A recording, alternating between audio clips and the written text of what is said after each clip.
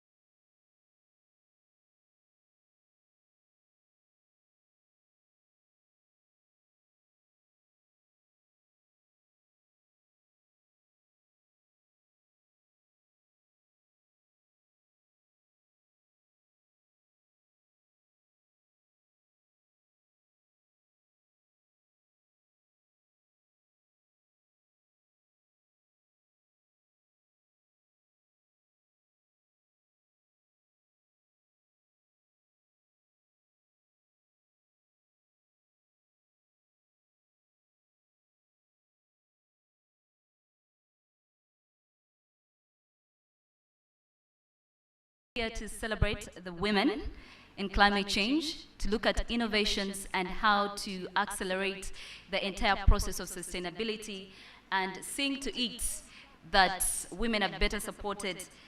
We will now quickly get started, and I want to encourage all the participants, all our guests, to please come in and let us get this conference started right away. And I want to immediately ask the media team to work with me here so that we can get started with the national anthems. We'll be having the Uganda national anthem and also the East African anthem. So ladies and gentlemen, please do join me in rising up in respect of the national anthems.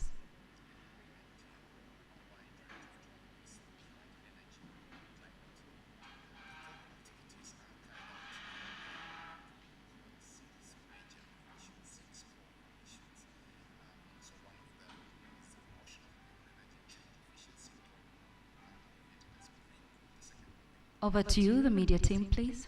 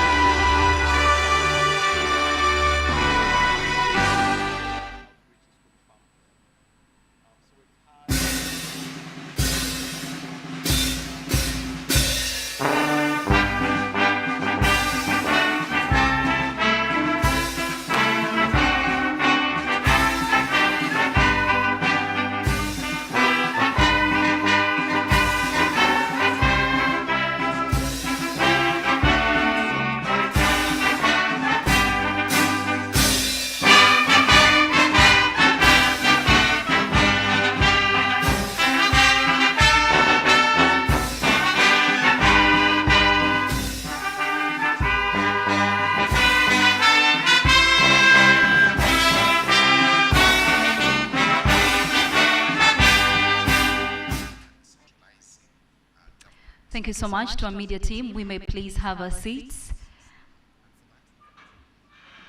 Once again, ladies and gentlemen, a very warm welcome to the third edition of Women in Climate Change Conference 2024. It's a privilege to be here once again this year. We are here specifically to shine a spotlight on climate change solutions, particularly, emphasizing the essential contributions of women and youth in innovation and entrepreneurship.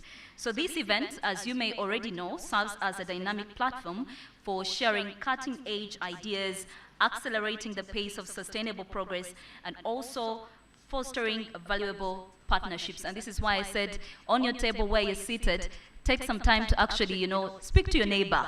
This could be your next partner. This is the time to do that. So please ensure that you do that. But just to give a bit of background, compared to what happened last year, we are looking at recommendations from 2023. We noticed that there was a general need to empower women-led climate innovations through sustainable financing. We understand that lots of women are coming up with different innovations, but how do they sustain the process? Where do they get the financing?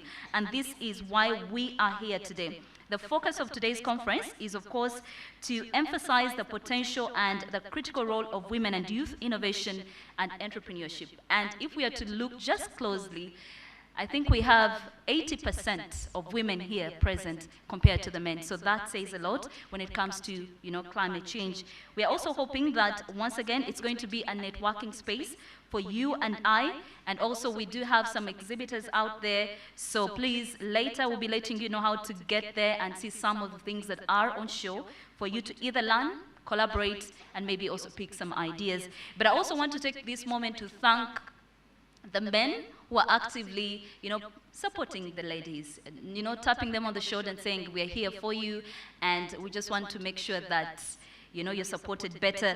The theme is advancing climate financing for scaling women-led climate innovation. So, ladies and gentlemen, once again, welcome to the 3rd edition of Women in Climate Change. A very big thank you to our partners, the Government of Uganda, that is Climate Change Department at the Ministry of Water and Environment. We also want to recognize Global Green Growth Institute. For purposes of this conference, we'll be, hearing a lot of GGI and in partnership with the European Union. And also GIZ, thank you so much for making this possible, German Development Agency. We also want to recognize Makerere University Business School. All these are partners, and we'll continue to recognize all the work that you do as we carry on with this conference. I want to encourage you once again, we are going green and we are walking the talk. So if you're thirsty, we do have some, some water dispensers over there. You can just walk there, get some water. We also have some positioned at the back. And if you just want to ease yourself just a little bit, there's the lavatories are right at the back out there. And also you can choose to use the exit and you'll be guided where to go. And I quickly want to run through the program once again. We are going to be having remarks, hoping to set the momentum of this conference. We'll be hearing from Ms. Dagmar Zwebe, who is the country representative GGI Uganda, and we'll also be hearing from Ms. Rita Rukundo, who is the manager GIZ, Global Carbon Markets Uganda and Eastern Africa. We'll also be getting a keynote address by the key partners, that is the Climate Change Department and also Makerere University Business School. Ms. Margaret Atieno Mwebesa will be hearing from you. I think she'll be joining us online. And later we'll be hearing from Ms. Sunny Willems, the team leader, Green Transition and Private Sector, the European Union. We'll also be getting some official remarks from the German Embassy, Ms. Alicia van den Boom, and we'll also be hearing from the official remarks from the Climate Ambassador of Denmark at the Ministry of Foreign Affairs and Minister of Climate, Energy and also Utilities, Mr. Thomas Anker. We'll also be getting some opening remarks from our patron. I'm told she's around, and sooner or later she'll be joining us here, the Honorable Minister Beatrice Atim Anwar, who is the State Minister for Environment, Ministry of Water and Environment rather. We'll also be having a chief guest, and like I mentioned earlier, this is the very first conference I have been to where we are having ministers, investment, environment present. So if you're talking about investment, we're talking about environment, I think this is the right space to actually be in. For now, I would like to immediately just set the pace by quickly inviting Ms. Dagmar Zwebe, who's the country representative GGI Uganda, to officially welcome us and also let us know why exactly we are here. Welcome, Ms. Dagmar Zwebe.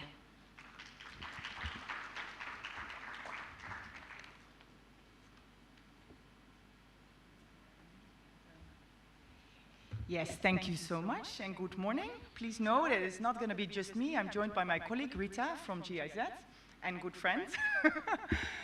Please allow me to start by saying all protocols observed.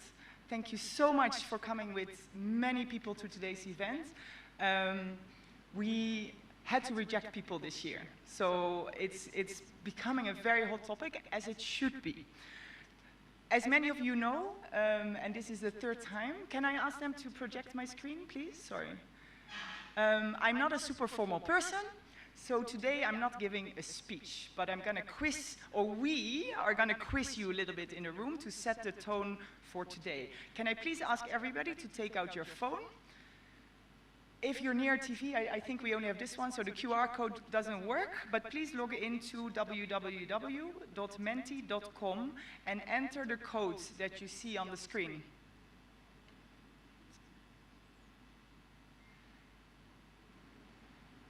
www.menti.com.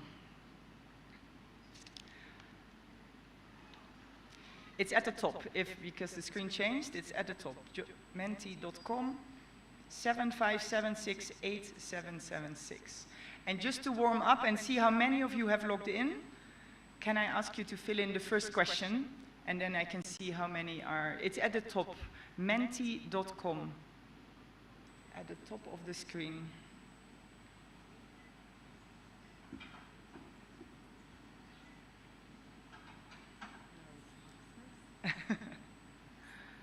It's okay. We give it a few minutes. Yes, I see some hearts coming. Give us some hearts if you're online. Ah, and now I need technical support, I think. This happens. Ah, yes, and we are back. Okay, 5 people online. Thank you for all the hearts, and fill in, logged in. Thank you for sharing that you are logged in. I see the words coming in. 9 people, 14. It's going quick now. Ah.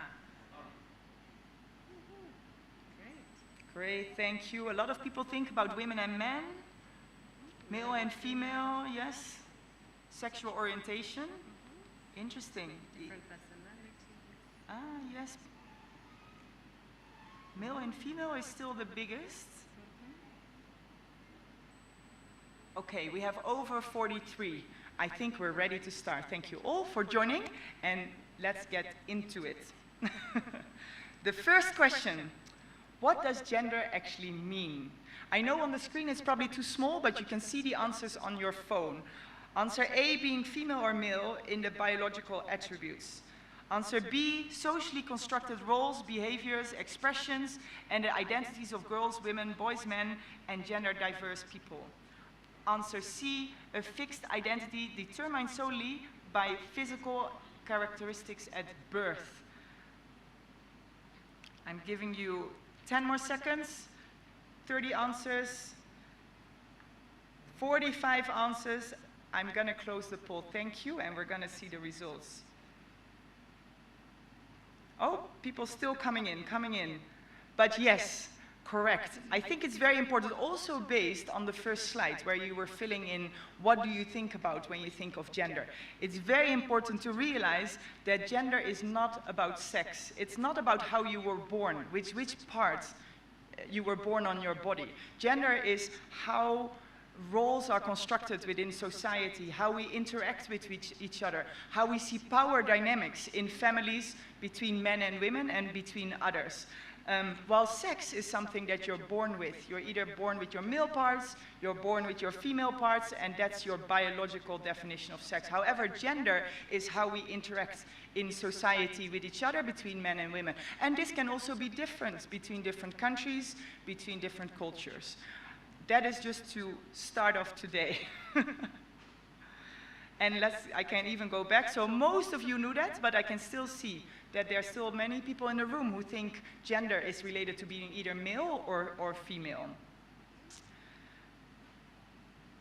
Question 2, why, if gender is not per se about men and women, why do we speak so much about women often? There's 3 answers. Even for me, they're a bit small, but you can see them on your phone. Women are more important than men. I cannot deny that, but I'm not sure that's the right answer. Society has more women than men, or systematic discrimination and devaluation of women are across society. Ah, it's going quicker now. You're getting into the swing. I have 66 answers, so I'm gonna publish the results. Okay, great. You are all aware that women are not more important than men. We're equally important. I say that every year at this conference, that talking about gender and women in climate change doesn't mean we're saying anti-men, or it doesn't mean that we're saying men should not be part of this journey. It means that the people that are behind, and this is not only women, this is people with disabilities, it can be people that, like the bottom of the pyramid, the people that live further away, the people that are the poorest. We need to make sure that those people reach the same level as the other people. And why does that mean then we talk so much about women? Because unfortunately, there is still a big gender gap between women and men.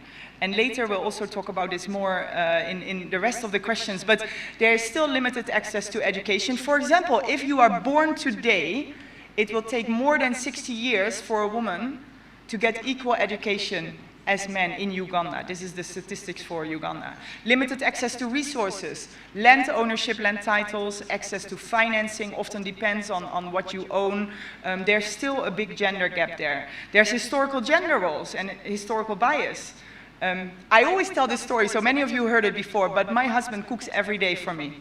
And when I say this in Uganda, people laugh at me.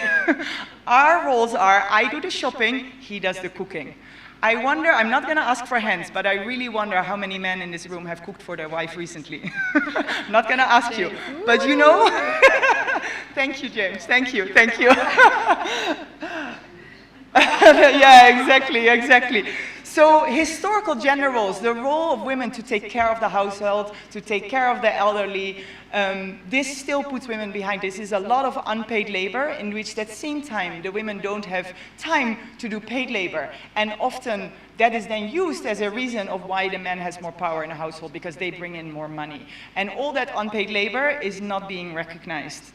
Discriminatory and cultural norms are practiced, socioeconomic barriers like safeties to move. If you go to a meeting, a training, or school, can you safely move from your home to your school? Can you safely move from your home to your office, even? Can you sit on a boda, for example, as a woman in certain parts of Uganda? Okay, let me move on. So, specifically for Uganda, do you think the SDG Gender Index has improved between 2015 and 2020?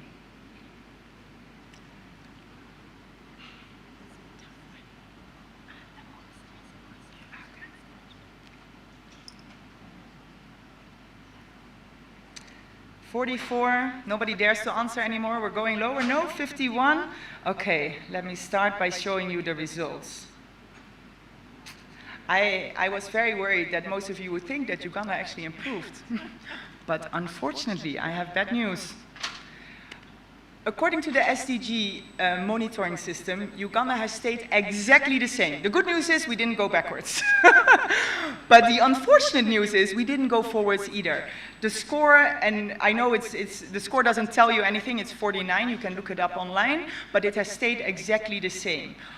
Globally, Uganda ranks 129 out of the 144 countries that have enough data to do the monitoring on. And regional, on the African continent, Uganda is scoring 24 out of 36 countries. Ha! This is my last one, and then I hand over to my co-presenter. For every $100 a man earns, how many dollars does a woman earn? Globally, this is not a Uganda figure. So say we both work full-time. My husband earns 100. How much would I earn? Average, on average.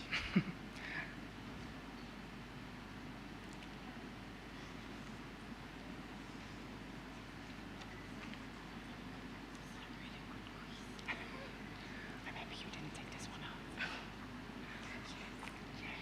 Oh, I wrote. Okay, 60 answers. I'm very curious about this result, so let me show you. Okay, some people are really depressing. It's not that low. I have to say it's not that low, but I see. Let me, how do I now see the answer? Sorry, I thought it would come. It is 77. It is $77 for every $100 a man earns. And now I'm going to show you the figures for Africa, which is even worse. I didn't find Uganda specifically, but for Africa. In Africa, it's 96 for women with children. 96, and we all know on the African continent, let's say 99%, if you're lucky enough, you'll have children. So 69%, $69 for every $100 a man earns. That basically means that women are working for free, without pay, not free, but unpaid for 4 months a year.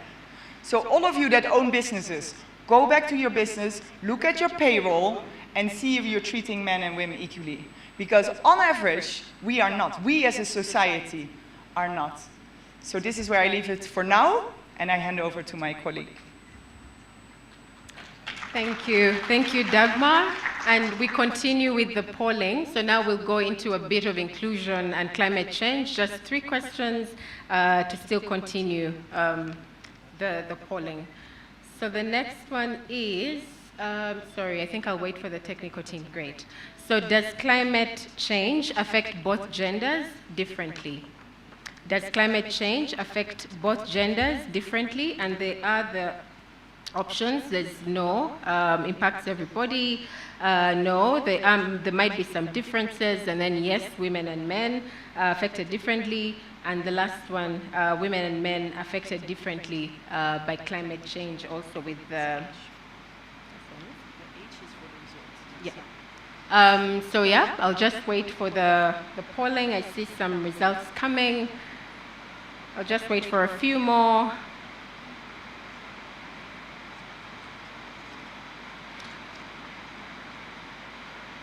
All right. So for the results, I see that majority are voting D, and which is D. Yes, that's correct.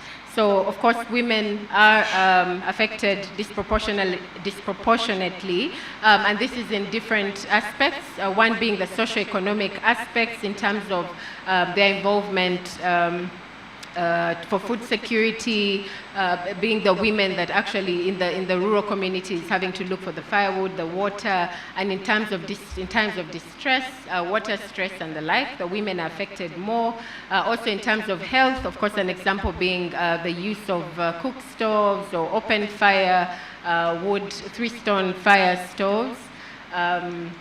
Or cooking methods. For these, then we see that the women are at the forefront of these kinds of modes of cooking or technologies, and in that case, they're affected more than the men are.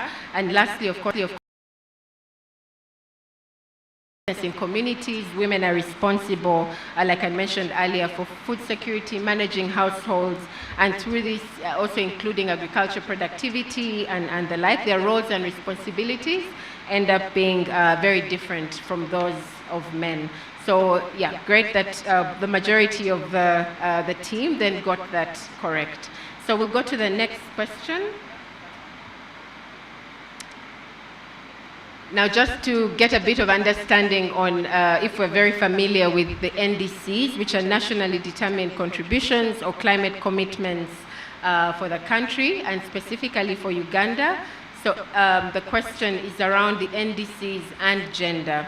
So the first question, how many of the first batch of the NDCs, so the first batch that was submitted of all the NDCs, so 190 globally, integrated gender? And then the second one, how many of the NDCs that were submitted after that batch in October 2021, so the second round of NDCs, how many of these integrated gender? So just to check your understanding. But I see the polling is already coming.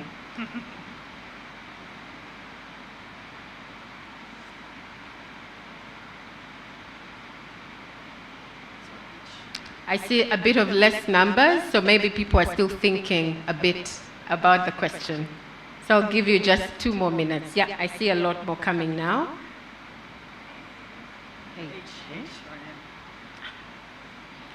Great. So we see that the answers, yeah, I see them still coming up, 46, 59.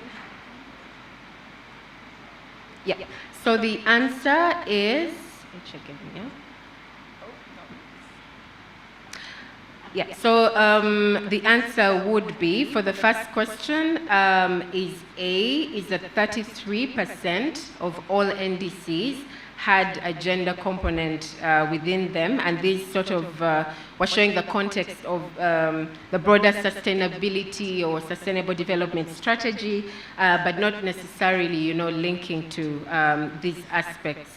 And of course, importantly, now that was at the point where I mean, we were discussing it with Dagmar, saying what would have caused this big difference between the first and the second, and I'll just show that in a moment.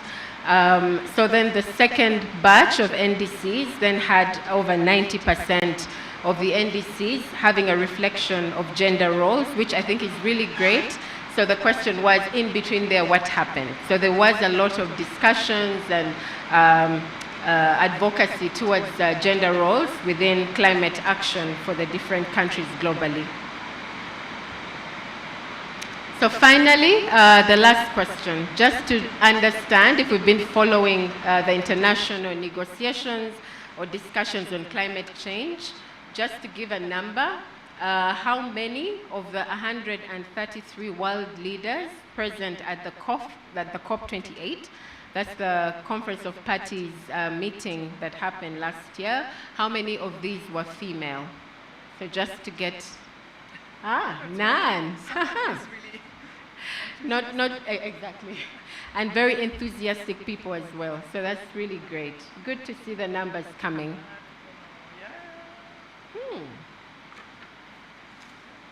Impressive. I see that a lot of people actually do know the answer or close to the answer.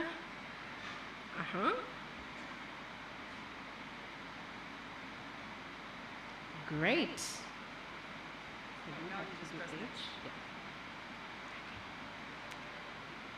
Great. So the answer, and I see some already arguing among themselves, but yes, so the answer is 15 out of 133 world leaders were female during the meeting, and at COP27, 7 out of 110 in that case. So we still see representation of women at these very global international meetings on climate change is still really low, but we hope and we remain optimistic to have bigger numbers for the same. So thank you very much for participating in the poll. It was great to hear your thoughts around the questions that we had, and we'll now just have a very brief remark as we close. Thank you.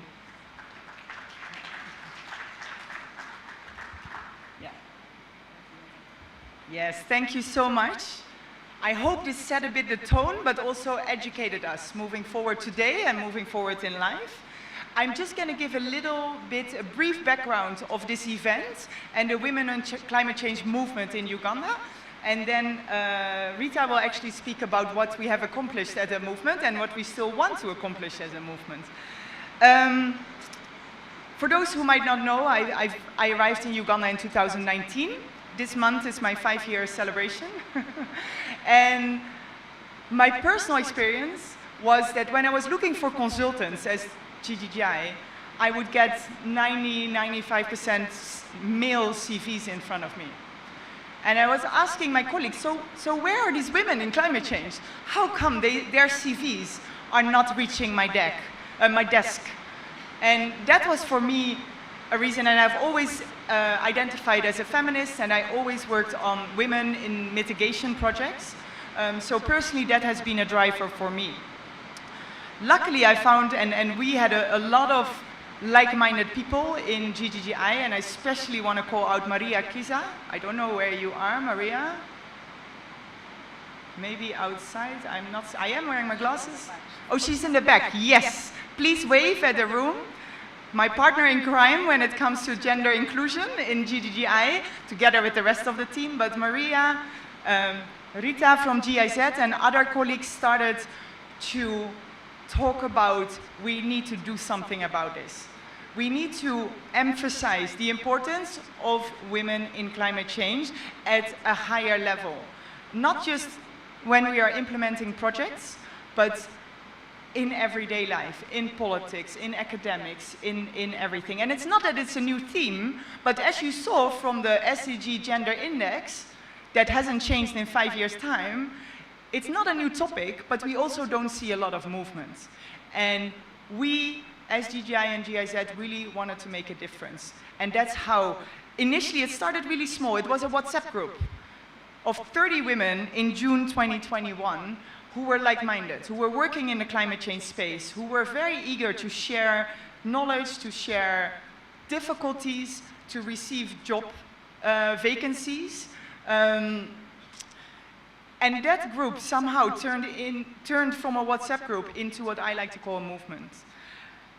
As of today, we have, and maybe today it will increase again, but we have 387 members in this group. And it's not, and I always say this, it's not about being in a group. We can all talk in a group, that's easy. But it's about making a difference, it's about making a change. So the group is super active, and yes, we have rejected men in it. Yes, I'm going to emphasize that. It's a group for women to have a safe space to talk about climate change issues, to share, but to get also at the front of things, like accessing jobs or other kind of benefits that women sometimes miss out because they are not in a bar talking to the other men that just came to work, that might be sharing all these things together, because they might be home taking care of their children, their family, or having other obligations. So this is a bit the origin of how we are here today. In 2022, I think, we had our first event, and it was not as well attended as today. We had to ask people to come. Even though, in our opinion, it was such an important topic, somehow it wasn't living. Last year, we had our second event. It was very well attended at MOOPS. Thank you again, MOOPS, for hosting us last year. Very, very well attended. We expanded also the number of activities. We have a lot of pre-activities, walks, seminars. The symposium took place last year at MOOPS. And this year, we had to reject people, as I said. This topic is now coming alive in so many different groups, in the private sector, among academics, among implementers, development partners here at the front and in the back. And I'm very, very happy to welcome you all. Over to my colleague again. Thank you so much, Dagmar. And as Dagmar mentioned, so just to walk a very short journey of the activities that we have implemented through the Women in Climate. So what started as a WhatsApp group, a small group, has now grown to have several activities that have been implemented, and Dagmar mentioned some of these activities, events. Of course, one of them being the Women in Climate Change, which we are at now. Then we recently had the first cohort of the Women in Climate Change Mentorship Program, and this saw a sort of matchmaking between mentors and mentees to sort of get a lot of knowledge exchange and growth within the climate change topics, several topics on climate change. And this was very successful, I must say, for a start. So this was done last year. We hope to have another cohort to come. But like the good book says, that the harvest is plentiful, but the laborers are few. So we had a very big interest in the mentorship, but had fewer mentors. So we hope that this grows and we have a few other mentors in the coming sessions.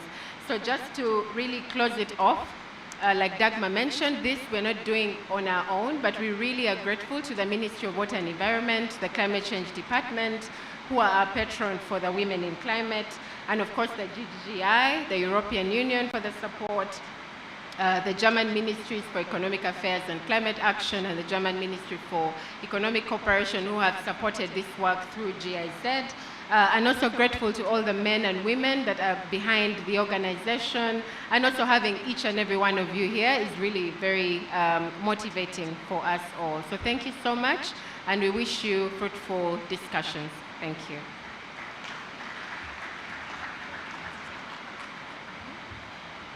Thank you so much for setting the pace of this morning's conversation, and also for giving us the ins and outs of why we are here today. I know it is raining heavily, but I just want to cross-check with each one of us that we can all hear. Can we all hear? Ish. So what do? I think we are going to encourage the speakers to be as loud as possible so that we get, to keep it going. And ladies and gentlemen, please do allow me invite Ms. Margaret Atieno Mwebesa, who is the Commissioner Climate Change Department at the Ministry of Water and Environment, and she is going to be joining us on Zoom. So I do really hope we can hear her loud and clear. Are we good to go? Yes. Ms. Margaret, over to you.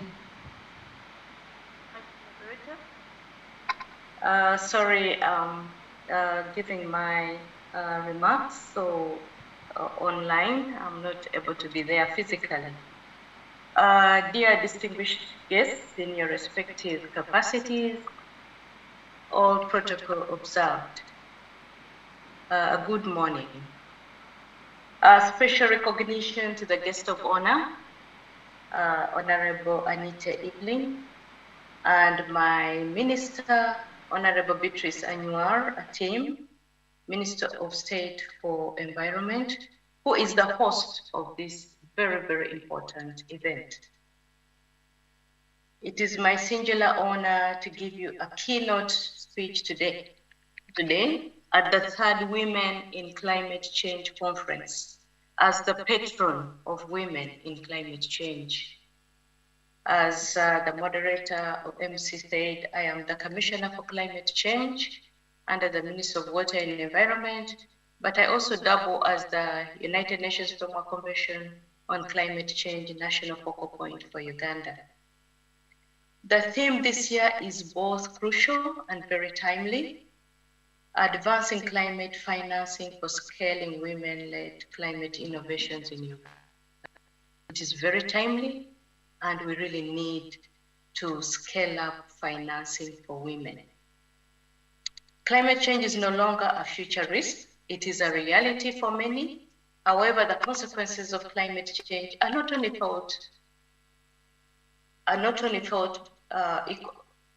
felt by everyone equally. Climate change requires all of us. Climate change requires 100% of the population, and half of the world's population is comprised of women and girls. And yet they are often left out of the conversation when it comes to climate change. But if we want to achieve the Paris Agreement goal of limiting global temperature rise to 1.5 degrees centigrade, we need everyone on board.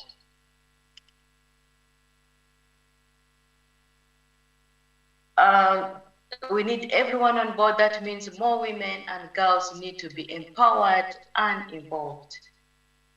Of the 7.9 billion people living on Earth, about 50% are women. You can imagine if we left out women out of the conversation and the effort towards combating climate change. While in Uganda, an estimated population of about 50 million, 51% of this population are women, or female, sorry, and 49% are male. So it is quite critical that women or females are brought on the table. We also know that under the IPCC 2023 report, it outlines that 1.5 degrees centigrade limit is still achievable and outlines the critical action required across all sectors and by everyone.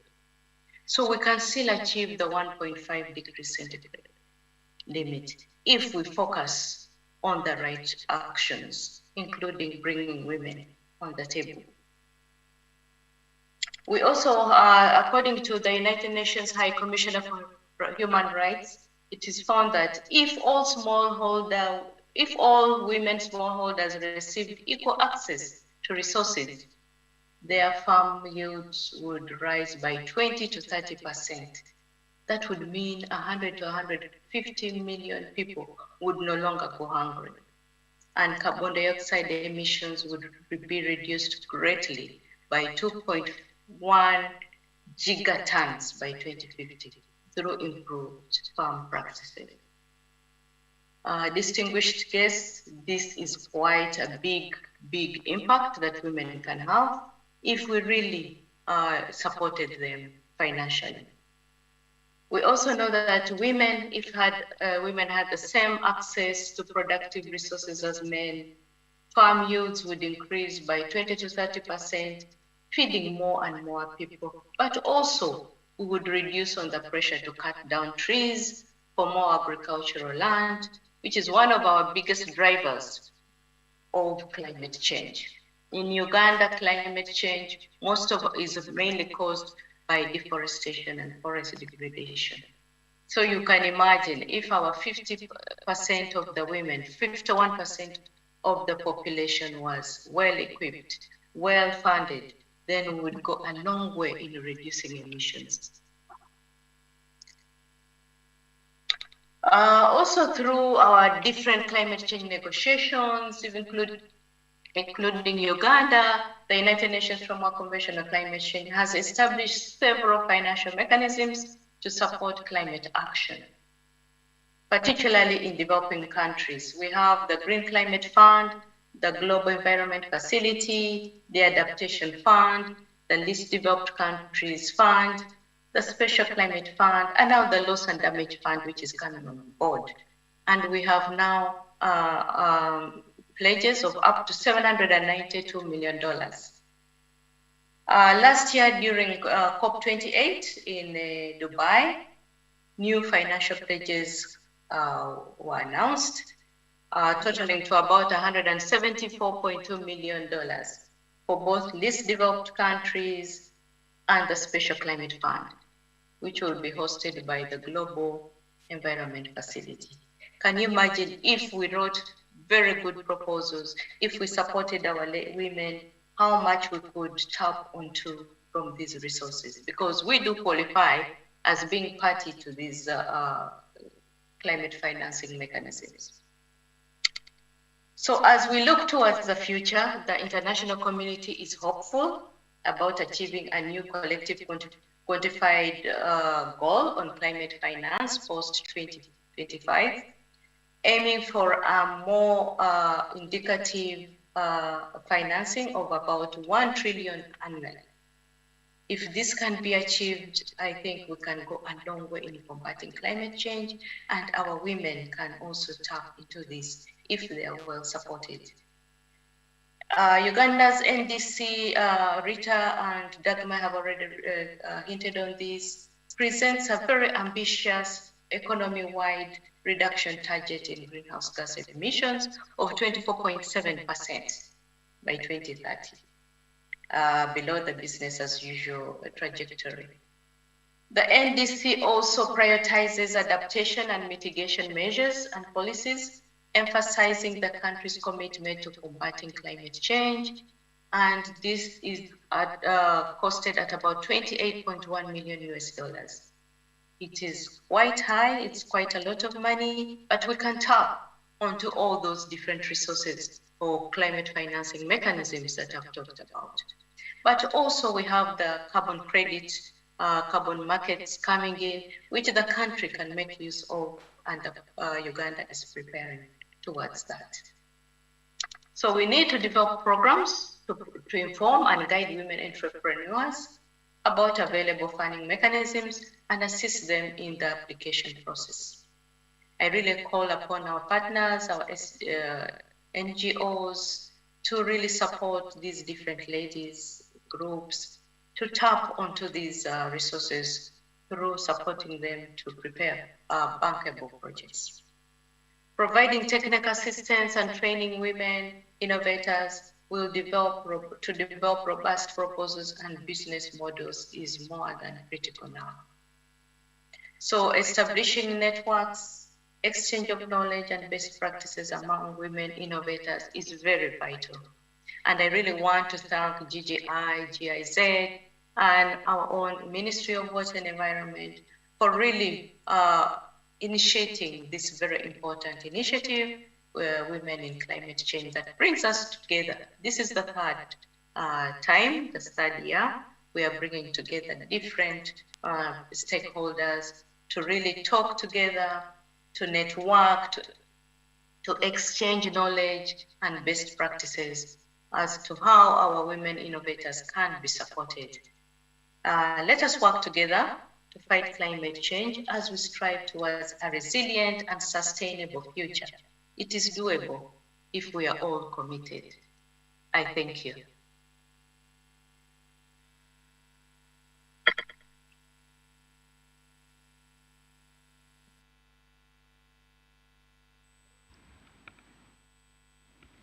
Thank you so much, Mrs. Margaret Mwebesa, for joining us on Zoom and also reminding us that it is now more than critical for all of us to work together to see that climate change becomes a thing of the past. It is here now, and all of us have a role to play, and it's only urgent that we all understand what our role really is.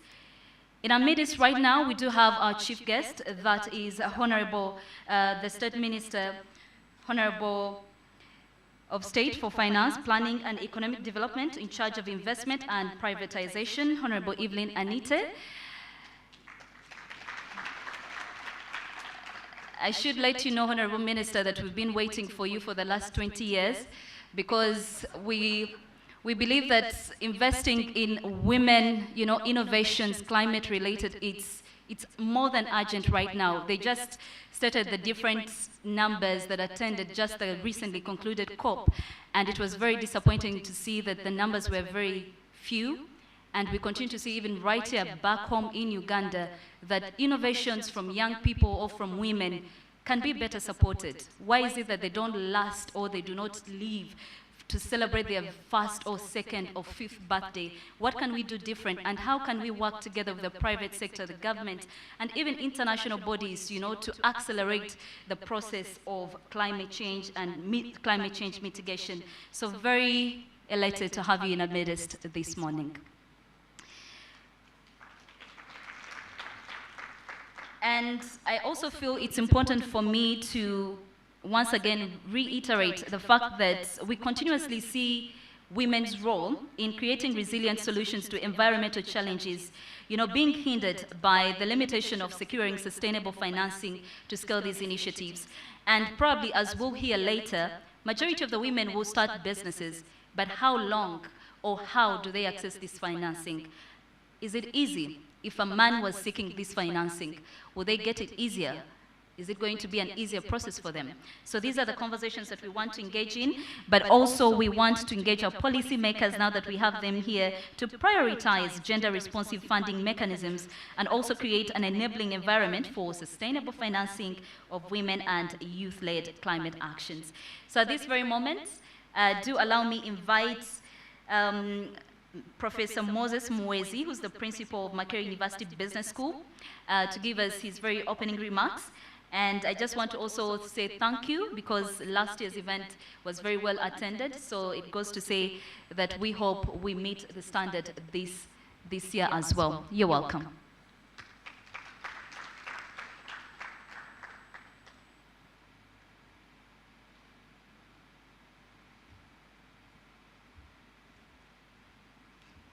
Thank you so much.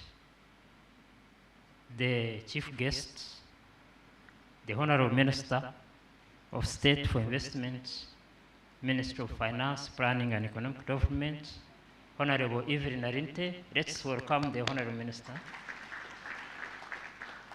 The Honorable Minister of State for Environment, the Honorable Beatrice Sanya, who is also a member of Council of Makerere University Business School. Let's appreciate the Honorable Minister.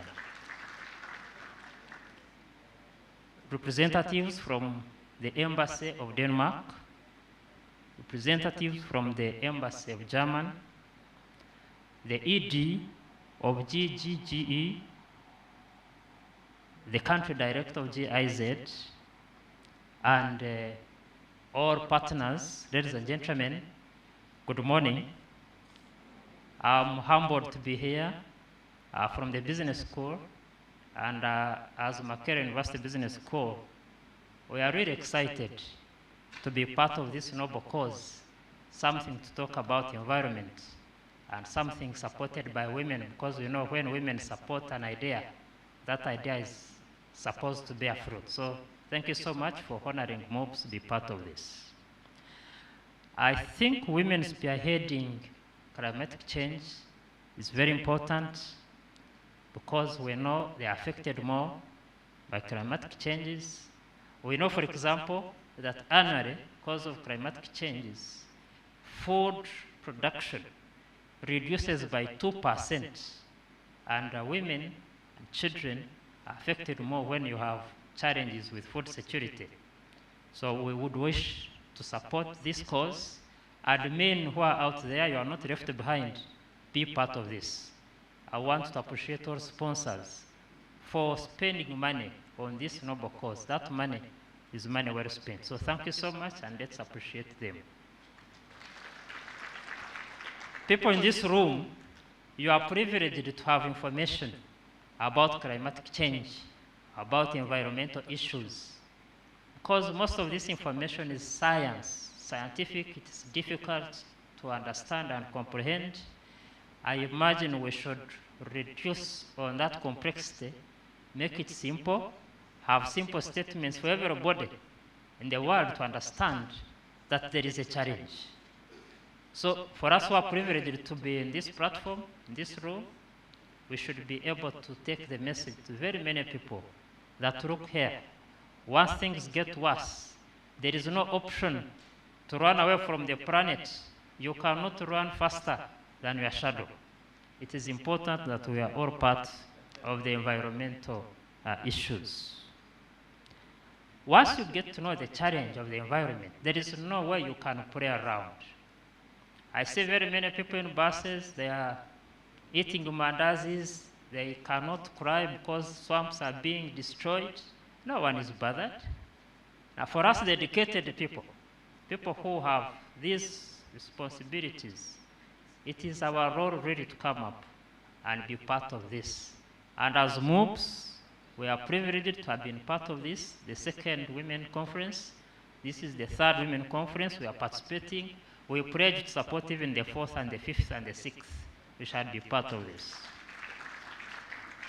And the business school, someone may wonder how a business school is relevant. The business school is relevant in issues of environment. We train MBA. These are managers that will manage the businesses. If businesses destroy the environment, then we're in trouble. They are supposed to support corporate social responsibility.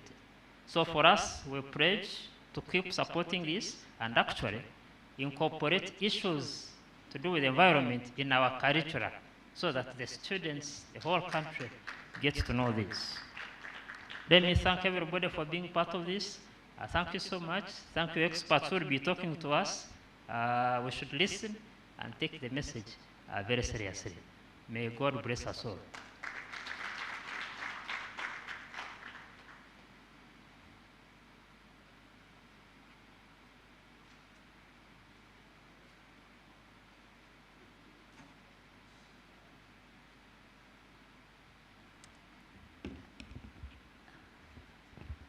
You know, lately we can't speak about anything without talking about technology.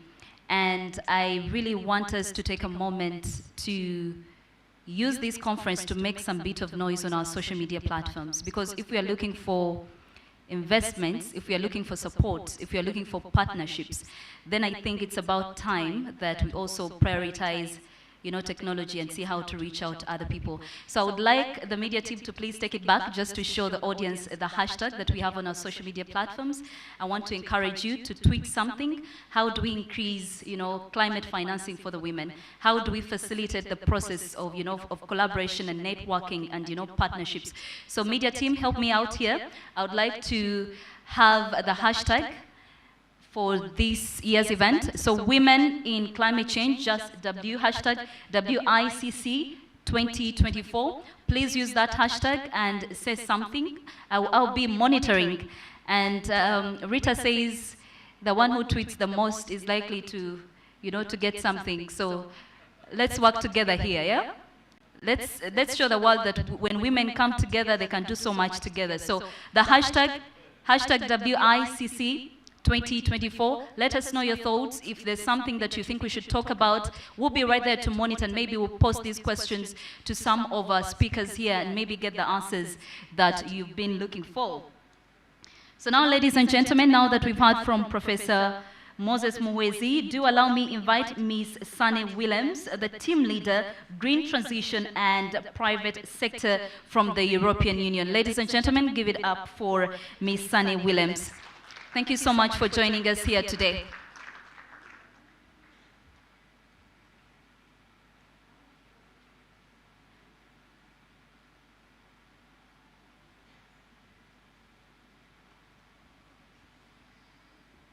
Good morning. Your Honorable State Minister of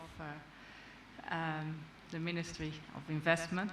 We have seen each other before the Business Forum, so I think we are working together with many partners already on investment in climate, investment in gender, etc. I see the State Minister of Environment is just coming in, and the Climate Envoy of Denmark, the Head of Cooperation of Germany. Very happy to see all of you here, so well represented today. I've not been in many meetings with such a high percentage of women in the room. Very happy, very pleased. I think we all recognize the role of women in climate change. Unfortunately, we often recognize it as victims. We don't necessarily see women in climate change as movers and shakers, or the persons who are finding solutions for the problems that we're confronted with. We don't see the women often as the drivers of change. I think today that is definitely a different story. If we look at the grassroots, we see women taking the lead in agroecological farming. We see them being in charge of renewable energy solutions, conservation agriculture. They're not just adapting, but they're actually also enhancing soil health. They're improving crop yields. They're making improvements down at the farm, in the household, in the village. However, a lot of the good initiatives we're seeing at the grassroots level are not necessarily being scaled up, are not necessarily getting the attention they need. They're not necessarily getting finance to be rolled out further. A lot of these women still face the problem of playing an important role in the decision making, being at village level, being at city level, being in the office level. Access to finance is across the board a problem, but definitely women and youth are more disadvantaged. The lack of collateral, the access, the language, many issues that we are trying to tackle, but we're not there yet, and I think that's the reason why we're here today. The EU has been supporting a number of initiatives to try to bring this change forward. Definitely on the access to finance level. The lack of collateral we're trying to tackle with developing new initiatives on digital finance, bringing finance closer to women, youth, people in the field. We know land rights are not an easy issue. We know having the ownership of a house is often not with the women. But it doesn't mean that they cannot be reliable borrowers. They can, and as we all know, usually funding that is borrowed to women gets returned more often than funding that is borrowed to men. Still, if you look at the figures, that is not shown in the amounts of financing that go to women entrepreneurs. We're also supporting specific business support to women entrepreneurs. And not only to the people getting the finance, but we're also supporting the financiers. Because in the financial sector, there's also blind spots. There's definitely maybe not a proper representation in the institutions itself, but definitely still a lack of knowledge of what matters, what strategies we can develop to actually make the financing accessible to women. So not working only on the receiving end, but also working on the financial sector to make them more aware, make systems available to get the financing where it's supposed to be, if you ask me. But we also have been doing over the last few years is with our sister banks, ensuring that specific credit lines are developed for financing. What we often hear is, yes, we have the financing, but we don't have enough business cases. If we make it strictly only for women, suddenly these business cases appear. So it's a matter of putting more effort in, making more work of actually getting the business cases ready. That's on the financial side. On the climate side, there's also quite a number of programs that we're working with. GGGI is obviously one of the programs where we're working on green taxonomy, climate financing, supporting a climate finance unit. Basically on the higher level, preparing Uganda for how do we get more funding available for tackling climate adaptation and mitigation. Further, we're also financing at the local level, together with some of the partners, infrastructure for climate resilience. making sure that it's not all decided at a higher level, but that the populations in the villages, in the districts have a say, select the programs that they're financing, and making mechanisms available through government where the financing is made available. Finally, as some of our counterparts are here, we have started a large forestry partnership tackling very many different issues to tackle this huge forest depletion problem that we have in the world, and definitely that Uganda has been a victim of as well. I don't want to drag on much longer. I'm very happy to see so many people join efforts on two critical topics today: women in climate. And I'm looking forward to these discussions, new insights, and collaborations that we're trying to establish, continue, and strengthening today. Thank you very much.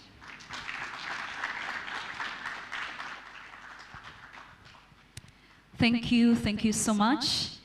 We're equally looking forward for lots and lots of collaborations that will happen out of this room. And like I mentioned, this is the right time for you and I to turn to my neighbor and say, how are you?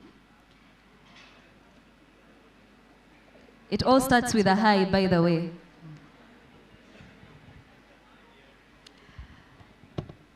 Because I know sometimes we get comfortable and we sit without saying hello. So say that, how are you? So that later, you know how to say, how do we work together? Not so. Well, ladies and gentlemen, I want to recognize our patron, the State Minister for Environment, Ministry of Water and Environment once again. Thank you so much for joining us. Thank you for hosting us. Most importantly, we are glad to have these conversations, to be here, you know, and put our thoughts together.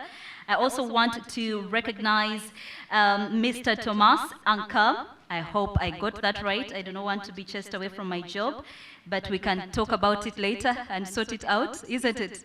Thank you so much for being here, and we are looking forward to hearing from you shortly. But for now, ladies and gentlemen, do allow me invite Miss Alicia van den Boom from the German Embassy. Ladies and gentlemen, give it up for Alicia.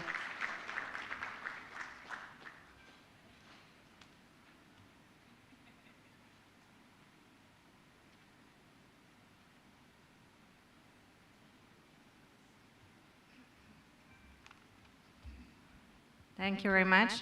So the rain has stopped. I hope you can hear me very well now. The guest of honor, Honorable Minister of State for Investment and Privatization, the Honorable Minister of State for the Environment, the Danish Climate Ambassador, the Danish Ambassador to the EU, Director Maris from MOVPET, my colleague from the EU, and the country representatives of GGI and GIZ. By this long list, you can already tell that this is a very important event. We are really honored to have all these very important people that can actually move women and climate action forward. So it's a great pleasure that I join you today at the third edition of this event. I have been in Uganda now for 8 months.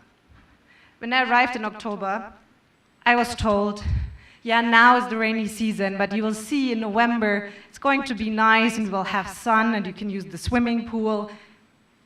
November came, it continued raining. But I was told, yeah, in January, February, it's really hot in Uganda. You're gonna see, you will enjoy it. January and February came, there was still rain. Now we are in May, we had rain today. I have not seen a dry season in Uganda, but I have seen a lot of flooding. And this seems like an unimportant anecdote, but it's the reality we're going to face in the next years. And not only us, but in particular farmers. According to the World Bank, from 1900 to 2018, Uganda has encountered 20 floods, 40 pandemics, 9 droughts, and 5 landslide events. The cumulative damages caused by those natural disasters amount to 200,000 deaths and at least $8 million economic loss. The University of Notre Dame places Uganda as the 4th most vulnerable country to climate change. And who will be affected by climate change, by these events? It's certainly not me in the embassy in Kololo. It's the most vulnerable. those living in rural areas and depending on subsistence farming. Climate change amplifies existing inequalities. Worldwide, women represent 70% of the people living in poverty, and that are highly dependent on local natural resources for their livelihoods. Usually, the women are responsible for water supply and energy for cooking, as well as food security. At the same time, women are often left out in decision-making processes. This morning, we saw the photo from the COP28. 15 out of 133 of the world leaders were female present there. And that's an increase from the last one. So today, this event is an honorable exception. We have 2 ministers of state present here today, and we have a lot of very active women that are engaged in the private sector, in NGOs, in the ministries, and from the development partners. The German government pursues a feminist development policy to overcome discriminating structures. In the context of climate change, Germany wants to ensure that all marginalized groups, including women, profit from climate adaptation and mitigation measures and can actively participate in the formulation of climate policy. We think that this is the only way to make societies more resilient to the effects of climate change.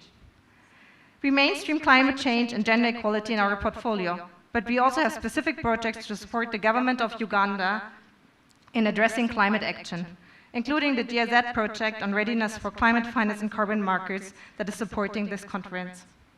We also recently launched a project on women enterprises and green growth. But I would very briefly like to ask my colleagues from GIZ to maybe stand up, because they're a lot better placed to talk about these projects than I am. David, James?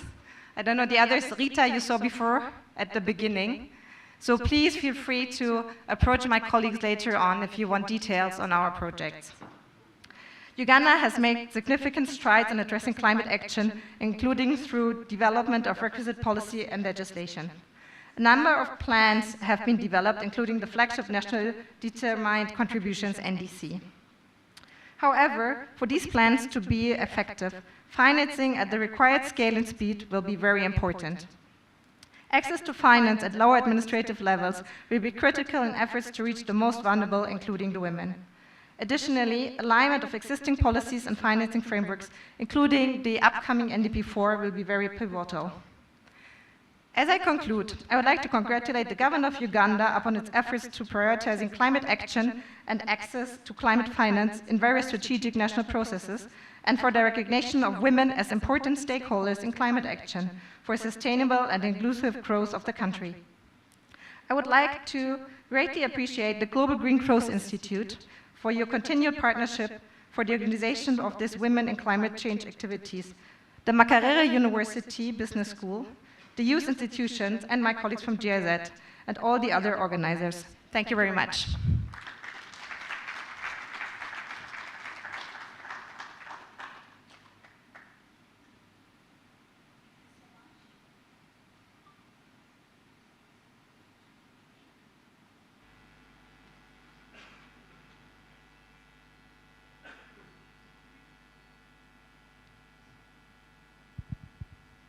Thank you so much, Ms. Alicia. However, I wanted to say that I do not want to be the bearer of bad news, but I will be honest. You've gotten just one side of the weather, Ugandan weather. When it gets hot, I don't know what you're going to say. So for now, we may have to look for indoor swimming pools, isn't it?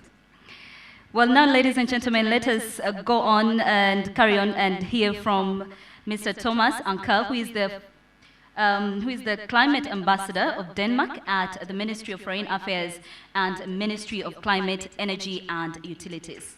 Ladies and gentlemen, let us welcome him.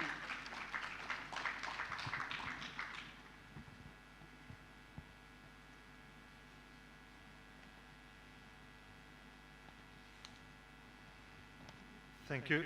Thank you very much, moderator, and thank you all for your warm welcome. And I see the sun shining outside, so it's not as bad as that. And when you come from my part of the world, honorable ministers of state, representatives from GIZ, GGI, Denmark, colleagues, friends, all protocol observed. Thank you so much for inviting me as a guest to your country to say a few words on this extremely important topic of climate and women in climate change. Just bear with me for a moment's reflection, because standing here with you, representing Denmark, that has been a many years strong partner of Uganda, but also working very closely hand in glove with Germany around the world. In my daily work as the Danish climate envoy, I don't think there's a country that we work more closely with around the world than Germany, whether it is inside the European Union, at country level in various African countries, or indeed around the world. So it's very fitting to do this event with you. And then finally, the Global Green Growth Institute, the people organizing this probably don't know it, but I've been part of giving birth to you. I am responsible with a few others for writing the bylaws that turned you into an international organization. And I was present at the meeting where they were adopted. And at the meeting, actually, my oldest daughter, who at that time was 13, sent me a tweet saying, "Dad, I'm so proud of you, you're helping to save the world." And that's the kind of tweet from your 13-year-old daughter that, as a dad, stays with you. And as a father of daughters, a husband of a very strong wife who doesn't stand behind me, but next to me, and as the son of a strong mother, I am very happy to spend some time with you talking about the roles of women in climate change. And I'm sure that in this room I don't need to tell neither the lady ministers nor the rest of you that we can't really go anywhere without competent women to help lead and put into action all the climate action that is needed. And I see that in my work around the world, and I have had the great fortune to work with many strong women in leadership. One of the 15 ladies in the picture that you talked about is my Prime Minister, the lady who appointed me to my position, to whom I'm extremely grateful, and who on a day-to-day basis takes on herself a great leadership in leading Denmark through our green transition. And in COP28,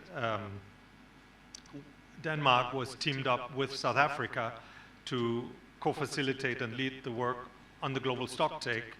And that was with Minister of Environment from South Africa, Barbara Creasy, another strong female environmentalist and African leader. And I think there are plenty of strong women just on your continent, in your country, neighboring countries, region, that show absolute outstanding leadership, both in their countries but also at the global scene. So even if there were only 15 out of more than 100 leaders, I think the women ministers in the negotiations do make a particular mark and play a critical role in putting the agenda forward. I will say a bit more about the global negotiations, then I will talk a bit more about the role of women in climate change, and then I will finally give some examples also from Denmark's work in Uganda.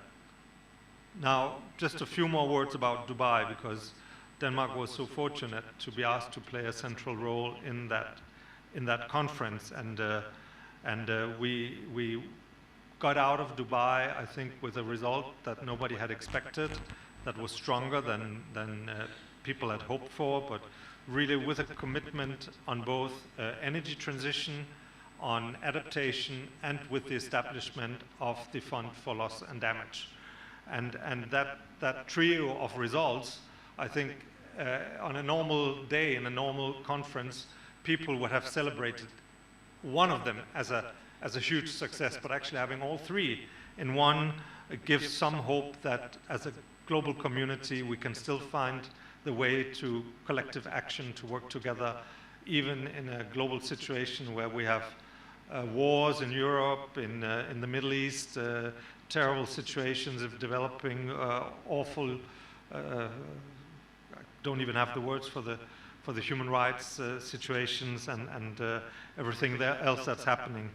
And it gives comfort to see that somehow we have found a way to ring-fence the climate area and to move forward collectively. And I think the role of women leaders in enabling that is really, really important.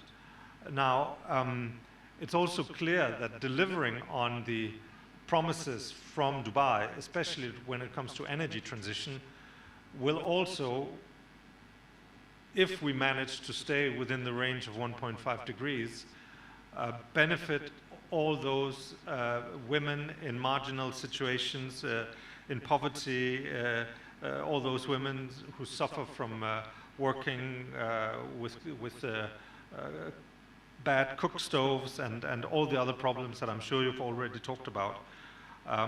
The kind of transformation, the kind of progress that we need to make to stay below or at 1.5 degrees also will benefit women. And the kind of financing that we need to mobilize and that we need to agree on this year in Baku will definitely also benefit women, both as recipients, but also in generating the kind of action on mitigation and adaptation that is needed. And those of you who are close to the negotiations will know how difficult it is to get to agreement on a new collective quantified goal on climate finance. But I can say you this, that at least as Denmark, we are ready to stay our course. We are ready to make our contribution and bear our responsibility in delivering on the new goal, both when it comes to concessional finance, to grants, but also when it comes to working with the financial system on all the other measures that it takes to deliver, including MDB reform, looking at debt, looking at taxation, looking at many other measures that are needed. Some of these are more targeted at women than others, but I do think, and I got the challenge yesterday from Ugandan civil society representatives who asked me, how can you make sure that these reforms actually also benefit women? Can we make decisions at COP that also include a focus on women and women as beneficiaries? And I promised them to take that good challenge with me home, and I'm repeating it in public here if there are any of you from yesterday here, so that you can hear that I've actually thought about it and will take it with me home as a good push from civil society in Uganda. The other issue that comes out of COP28 and that we need to work also on next year, when Denmark will be having the European Union presidency, is the issue of the next round of climate plans, the nationally determined contributions, where we need to develop plans for the period from 2030 to 2035, and where there's a push now to make sure that we integrate development and climate better. And I think to do that, we also need to then have the situation of women and women in development in mind. And as the co-chair of the so-called NDC partnership, which is a collaborative platform between governments, the UN system, the disasters worldwide, which are becoming more frequent with rising temperatures and weather patterns caused by climate change, women's mortality is 14 times higher than that of men. We also see that women generally have higher socioeconomic vulnerabilities in the face of climate change.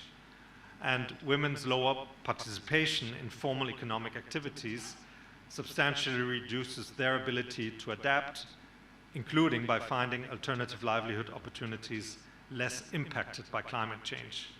Women also generally have more limited access to formalized safety nets, technologies, finance, and information compared to men.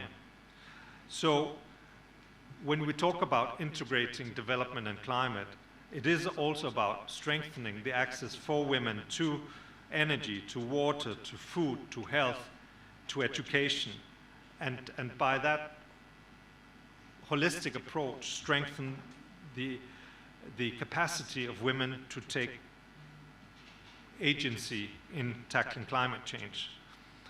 And when preparing my remarks here, I was reminded of an observation by the IPCC, the International climate change panel years ago where they stated that the most cost-effective way of investing in climate action is by investing in girls' education.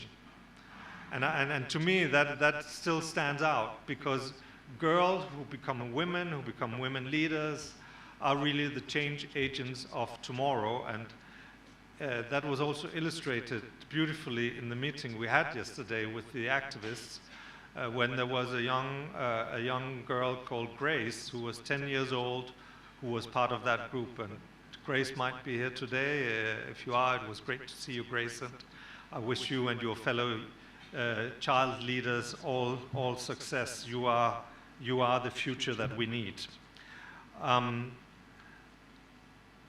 So we need women to be at the table for climate change discussions and negotiations to make sure women's voices and needs are included.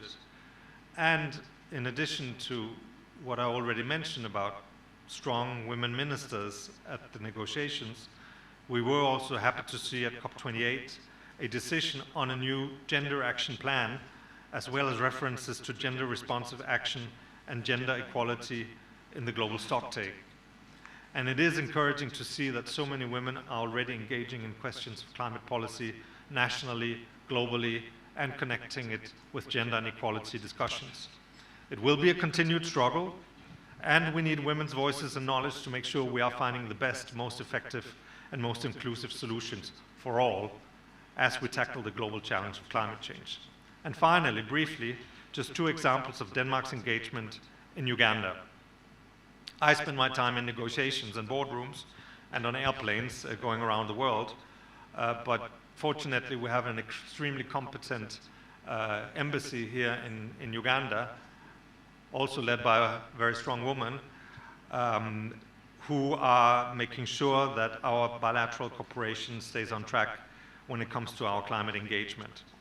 The starting point for our work here is Uganda's NDC, which emphasizes women's participation in decision-making and gender disaggregated data. And as many of you will know, Denmark has supported the agricultural sector in Uganda for more than 3 decades. During that time, climate change has only become a more and more pressing priority. Women's stake in this is key. With the agricultural credit facility at ABI Finance, Denmark has contributed to expand lending for climate change adaptation. And the financial sector is crucial for the transformation we need to meet the climate crisis. Just last week, the embassy visited women borrowers in West Nile using loans to expand their agricultural activities. They serve as examples of more than 600,000 women who have received credits through ABI Finance since its inception. Another example is the expansion of renewable energy through the Beyond the Grid Fund. Leveraging the private sector, the fund has expanded the reach of existing renewable energy providers to approximately 30,000 female customers in Uganda. They will now move on to also train women for Uganda's solar energy industry, challenging gender roles and creating green jobs. So, ladies and gentlemen, in conclusion, I've talked a lot about global negotiations, the role of women, and given some examples from Uganda. I hope it is clear that these are not 3 different agendas, it's one and the same. Without focus on women in the global climate talks, and without gender-sensitive work on the ground, like here in Uganda, there will be little progress on the key issue of addressing climate change. So, in conclusion, we need to promote an understanding of climate change and the climate agenda, where the role of women is fully integrated at all levels. And I trust that your discussions here today will help to promote and foster that. Thank you so much for your attention. Thank you so much. I think he deserves a louder clap than that. Thank you to all our partners for the opening remarks and also, re-emphasizing the fact that you're in need for good. We're here to work together. Now, I just want to give one special person in the audience. And when I say special, it means you're going to choose yourself to be special. Using millennial language, if you were to shoot your shot, we do have the state minister, actually 2 of them, from the environment, and also investment. If you were to shoot your shot right now, what would you tell them? Please don't embarrass me. I think if you don't, you know I'm paid to talk, so I'm going to shoot my shot. So I want to give a climate, either activist, innovator, what is that one thing? Okay, let me make it easier. If you were to ask the ministers how best you would be supported, what would you say?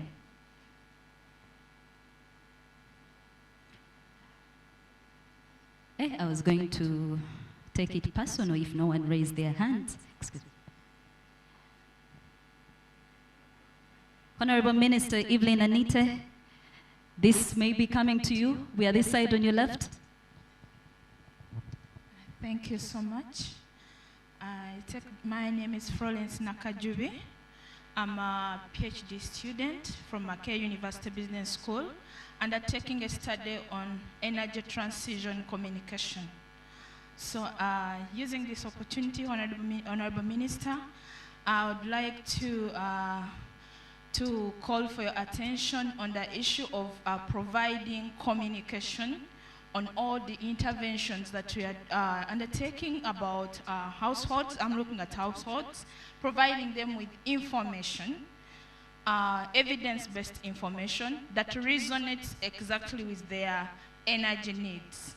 To foster effective climate change interventions, we need to have interventions at household level when it comes to energy transition. However, without information that resonates with the individual needs of these households, it is very hard for them to find it important to transit or to reduce the dependence on the high carbon energy solutions to low carbon energy solutions. Thank you so much. To be Tegede, did we understand what she was asking for? Are we in support? Great. I think you did a good job representing the rest of us who did not want to speak. But we'll move on. So now, ladies and gentlemen, we're getting to the part that we've all been waiting for. And I would like to quickly, use this opportunity to invite our patron, who is the reason why we are here together today, who has made it possible today. I want, ladies and gentlemen, to join me in inviting the State Minister for Environment, the Ministry of Water, Honorable Minister Beatrice Atim Anwar. Thank you so much for having us here today. Let us clap until she gets here because we have some requests to make to her. Welcome, welcome. Thank you for having us here today.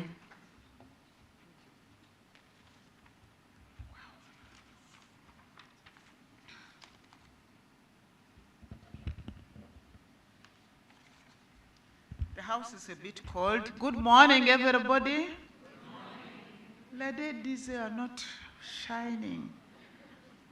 Brighten up. Oh, God. Work a day? No, that's not enough. Good morning, everybody. Good morning. Wow. Ladies' Day. And the gentlemen who are here, it is also our day.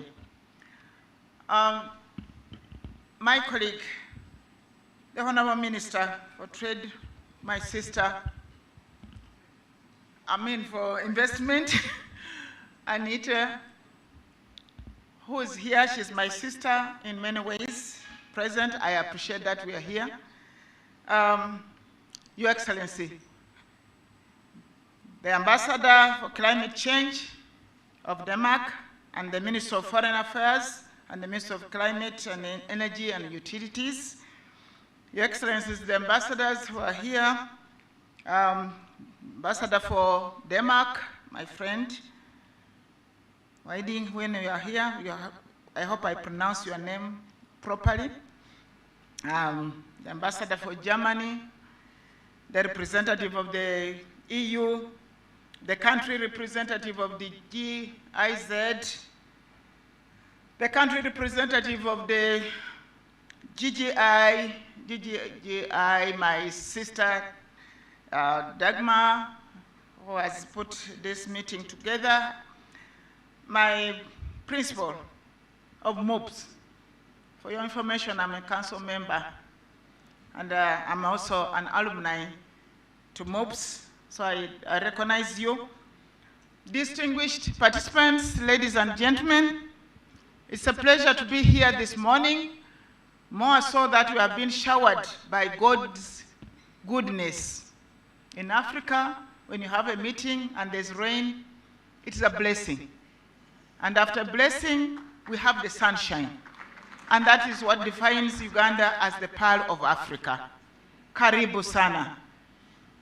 On behalf of the government of Uganda, I welcome you all to this event where we come together to recognize and celebrate the vital role of women playing in the driving of climate action and sustainability.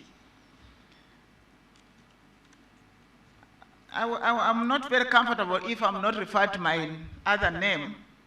I'm also Mama Mabira. The only unique name. And when I talk about women, we are celebrating, I also celebrate myself, because you Ugandans, you made me Mama Mabira. Our visitors will Google and find out. It brings me great pride and joy, friends, to share that I was honored, actually, to receive an award under the Women in Climate Change Initiative in 2023, and it is on my desk. This recognition symbolizes the collective dedication and hard work of women in driving the environmental conservation and the resilient building effort towards the conservation. I'm truly humbled and inspired, friends, by this acknowledgement. I want to say personally, thank you very much. It reinforces my effort, my commitments, my resolve to advocating for the positive changes that we desire in this country.